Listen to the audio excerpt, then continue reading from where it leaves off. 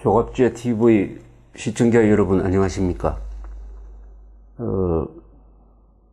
한국 대통령 문재인, 미국 대통령 트럼프 두 사람이 곧 만나게 되어 있습니다. 이 회담이 우리나라의 국가적 진로에 큰 영향을 미칠지 모릅니다. 이 정상회담이 가끔은 그 나라의 운명을 결정하는 수가 있습니다. 더구나 한국처럼 강대국 사이에 끼어 있는 나라, 그리고 핵무장한 국가 사이에 있는 유일한 핵무장하지 않는 나라.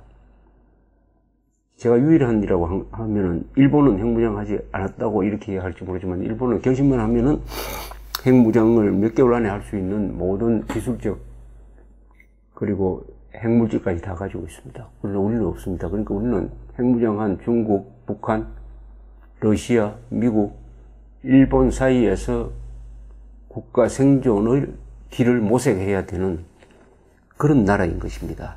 이런 나라는 외교가 중요합니다. 외교의 핵심은 줄서기입니다.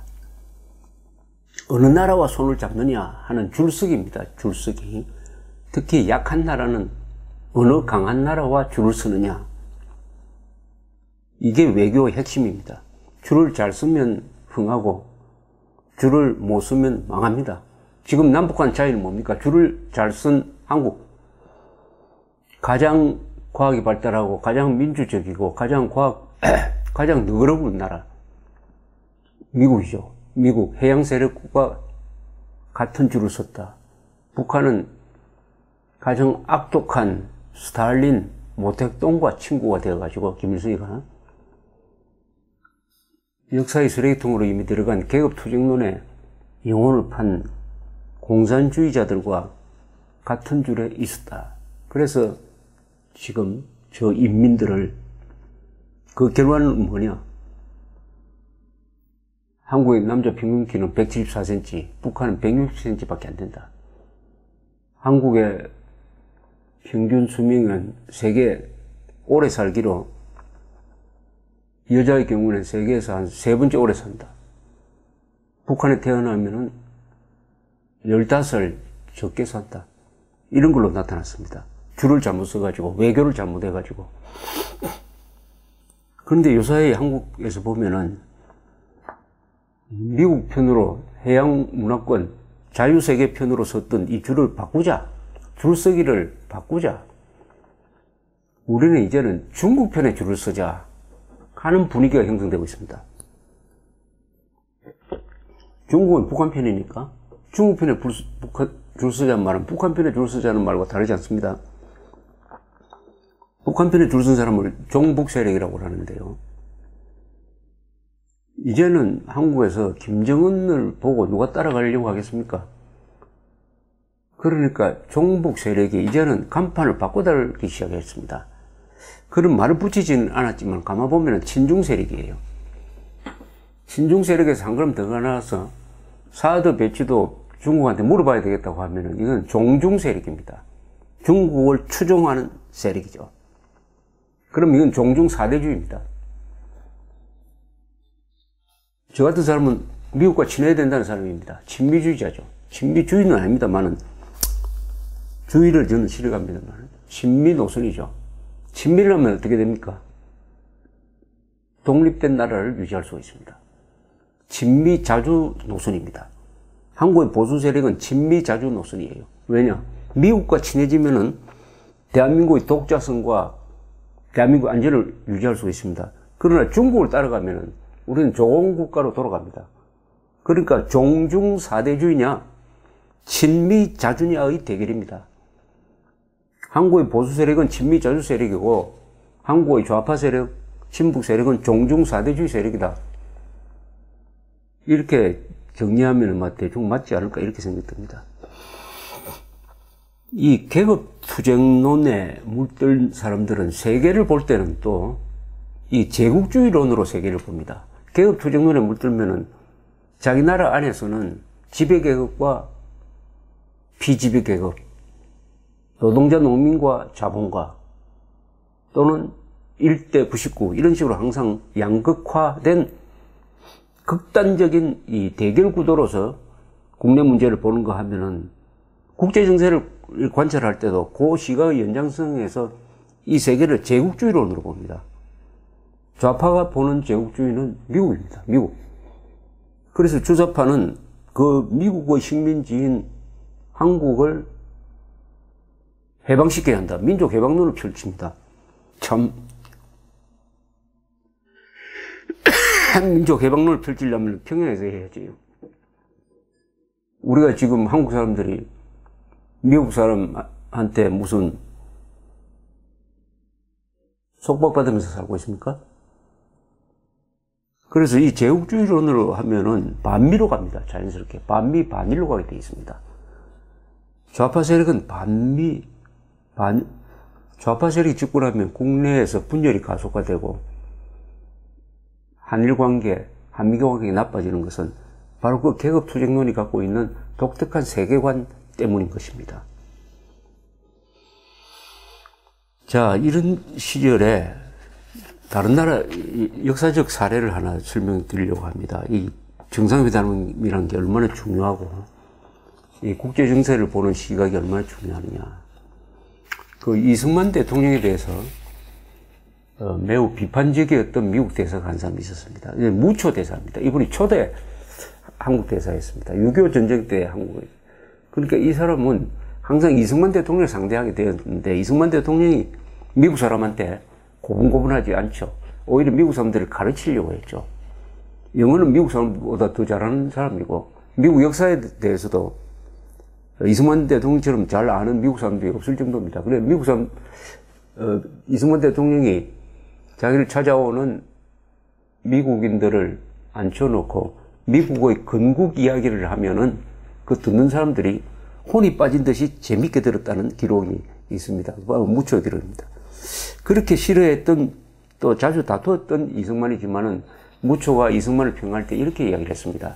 이승만 대통령은 이 국제 정세를 가장 높은 차원에서 이해한 사람이다. 국제 정세를 가장 높은 차원에서 이해한 사람이다. 바로 그 이승만 덕분에 대한민국이 자유세계와 표를 같이 하고 6.25 때 도움을 받아서 6.25 전쟁을 결국은 자유세계의 승리로 이끄는데 큰 역할을 했습니다. 외교의 귀신이라고 그랬습니다. 이승만 대통령을 흔히 외교에서 귀신이다. 외교에서 귀신이란 말은 국가 생존의 이 틀을 만들어냈다는 뜻이죠. 한미동맹과 같은. 이 결정적 시기에 외교를 잘 해가지고, 말하자면 줄을 잘 써가지고, 자기도 살고, 나라도 산 경우가 있습니다. 그게 바로 스페인의 프랑코입니다. 프랑코는 스페인 내전 때 쿠데타를 해가지고, 이른바 진보적 세력을 일수하고, 정권을 잡았다 해가지고, 학살을 많이 했다 해가지고, 세계의 지식인들로부터, 좌파 세력으로부터는 욕을 많이 먹고 있지만은, 그 프랑코가 자기를 도와준 독일, 히틀러와 만나서 어떤 담판을 해가지고 어떻게 스페인을 구하고 자기도 구했느냐 하는 것은 잘 알려져 있지 않습니다. 그 이야기를 해드리겠습니다. 1940년 10월 23일입니다. 이때 히틀러, 나치 독일은 그냥 유럽을 석권을 했습니다. 폴란드는 그 앞에 점령을 했고, 그 다음에 노르웨이 점령을 한 다음에, 그 다음에 40년 5월에 프랑스를 치면서 네덜란드, 벨기에, 룩셈부르크를 점령을 하고, 드디어 프랑스를 6주 만에 프랑스군을 괴멸시키고 항복을 받아냈습니다. 그리고 40년 10월에는 영국을 폭격하기 시작을 했습니다. 영국밖에 남지 않았어요. 그리고 이탈리아에는 무솔리니가 있었습니다. 유럽은 러시아만 제외하고 거의 완전히 발칸 반도도 그 뒤에 유고슬라비아도 마찬가지고 다 나치 독일 세상이 되어버렸습니다.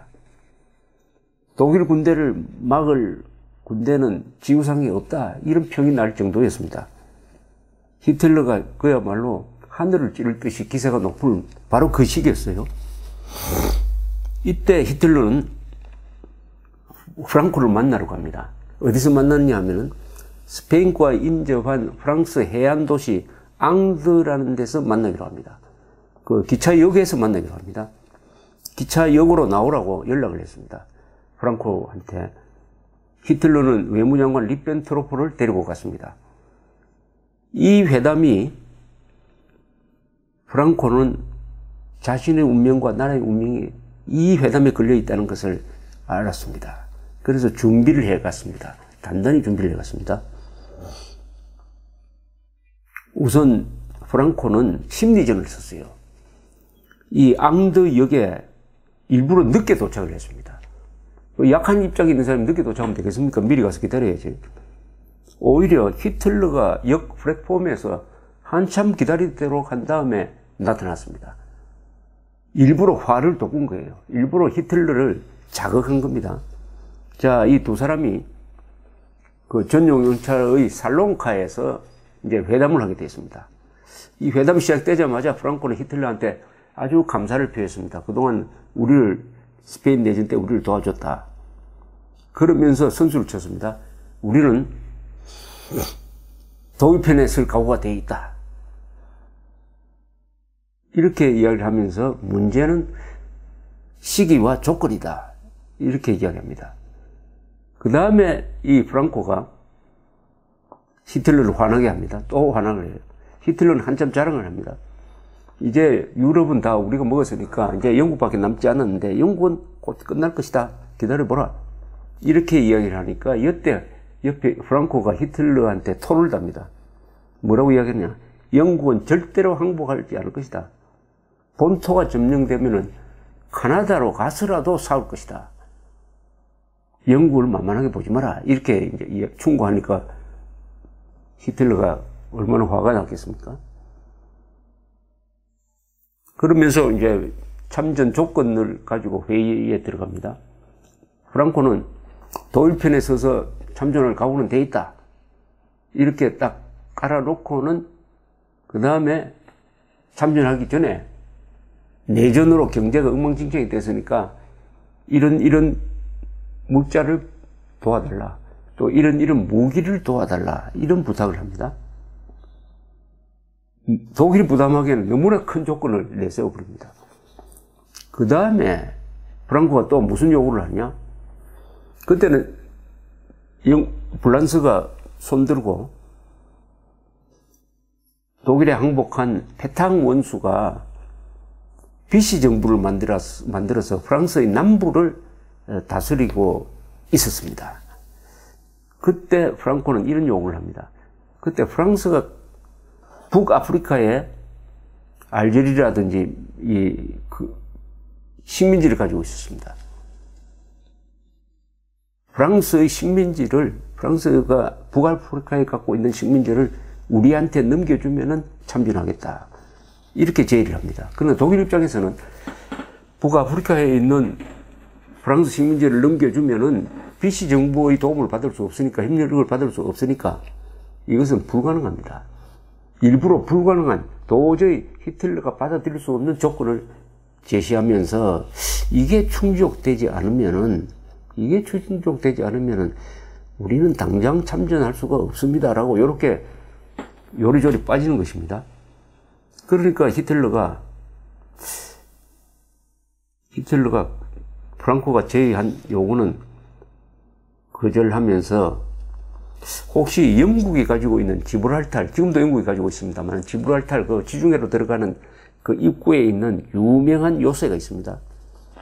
그것은 전략적으로 굉장히 중요한 바위섬인데 히틀러가 우리가 쳐들어가서 지브랄타를 뺏어가지고 프랑스에 넘겨주면 안 되겠느냐 이렇게 이야기를 합니다. 그러니까 프랑코가 지브랄타를 뺏는 것은 우리 스페인 군대가 해야지 외국 군대가 하면 안 된다 하면서 그 제의도 또 거절해버립니다. 이렇게 해가지고 히틀러는 프랑코로부터 참전 약속을 받아낼 수가 없었어요. 그 조건이 안 맞으니까. 이것을 몇 시간서로 똑같이 던 이야기를 개미 다람쥐 쳇바퀴 돌듯이 반복을 하다가 드디어 히틀러가 더 참지를 못하고 일어나서 회담을 끝내버렸습니다. 나오면서 이 자식하고는 아무 일도 안 되겠어라고 중얼거렸답니다. 프랑코는 자신의 외무장관에게 어디서 공짜로 먹으려고 해 하면서 불평을 했다고 합니다.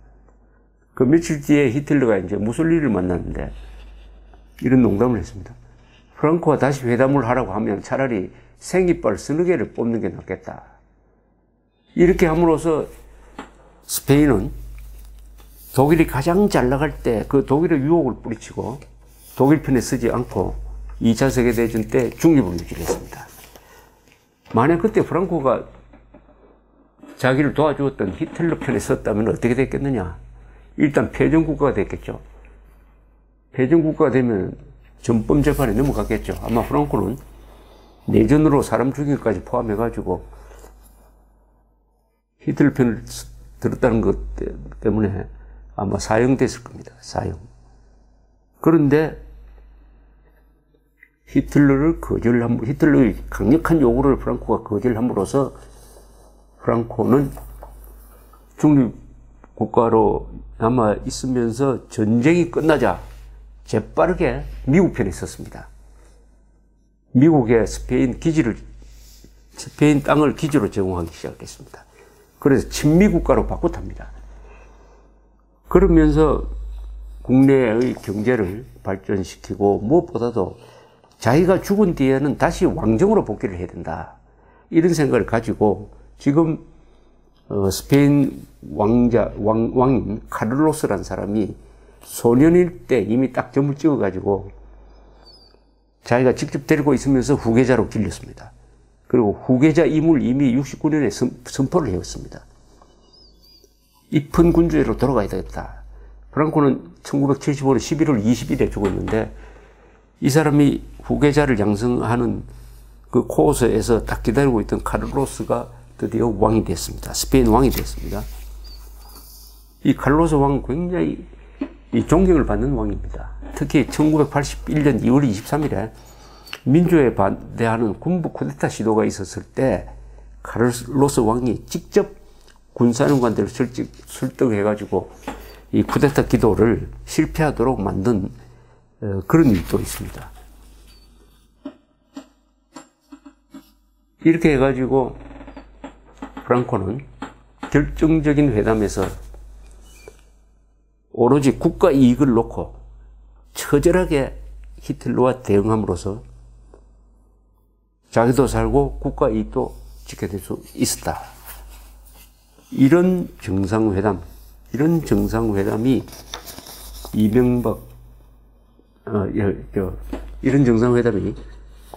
문재인, 트럼프 사이에 국익을 두고 치열하게 거래도 하고 또는 논쟁도 하고 합의도 하는 이런 역사적 정상회담이 되기를 바랍니다. 감사합니다.